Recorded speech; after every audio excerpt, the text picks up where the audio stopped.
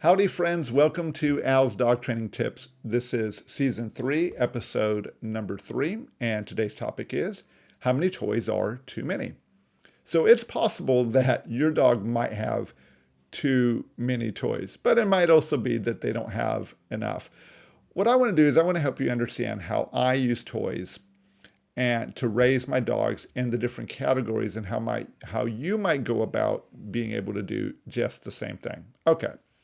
So as some of you guys may know, I'm raising 3 German Shepherds right now. I've got an adult 7-year-old German Shepherd. Her name is Gabby.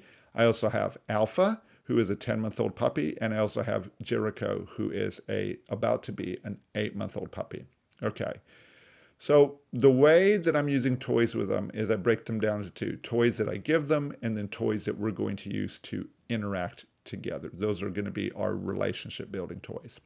Okay, so with the toys that I'm just going to give them, those are going to be toys that they're going to find in their crate, in my backyard, in their playpen if they still have one.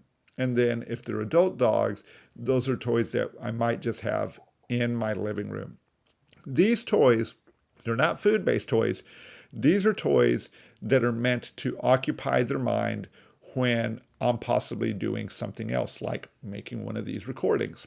So these toys are not really meant for me to go and try to do training with, but just to really occupy them with something to do, so that way they just don't get too bored during the day.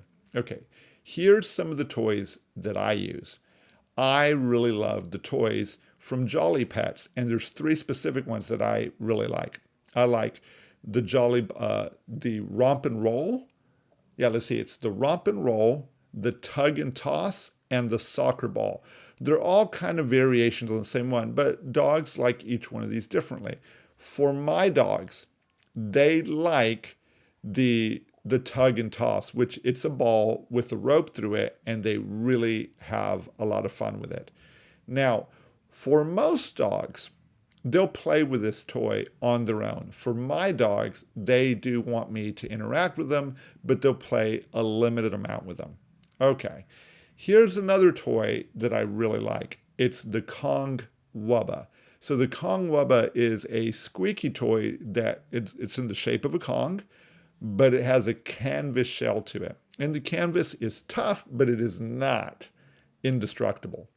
So I like to give these toys to my dogs when I'm not recording something, just maybe when I want to have them in the same room with me, but not consuming some kind of food-based toy. The reason for that is they have a squeaker in them. They can be pretty loud, but it is a very fun toy for a dog to have. So those are the toys that I just give my dogs. So I'm sure there's other ones, and this wasn't meant to be an exhaustive list. Okay. So then there's the other toys that I use, and those are the relationship building toys. There's really two, maybe 3 that I use quite a bit. So here they are. I like to use the Everlasting Fun Ball on a rope. That is a toy that my dogs absolutely love, and it's one that we use actually to do training quite a bit. Okay, I also like to use bite tugs, and there is a whole vast array of different bite tugs that your dog can play with. There's fleece ones, there's jute, there's leather, you name it. If a dog there's fire hose tugs. There's all these different types of tugs that your dog can play with and that you can use for training.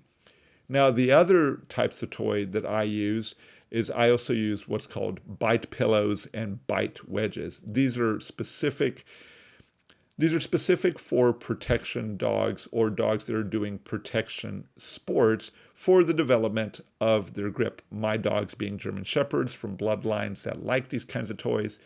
We use these for training, but it's also a lot of fun. Now, with these 2 categories of toys, with the toys that I just give them to keep them from becoming bored, and then the relation building toys, I don't really let them intermingle.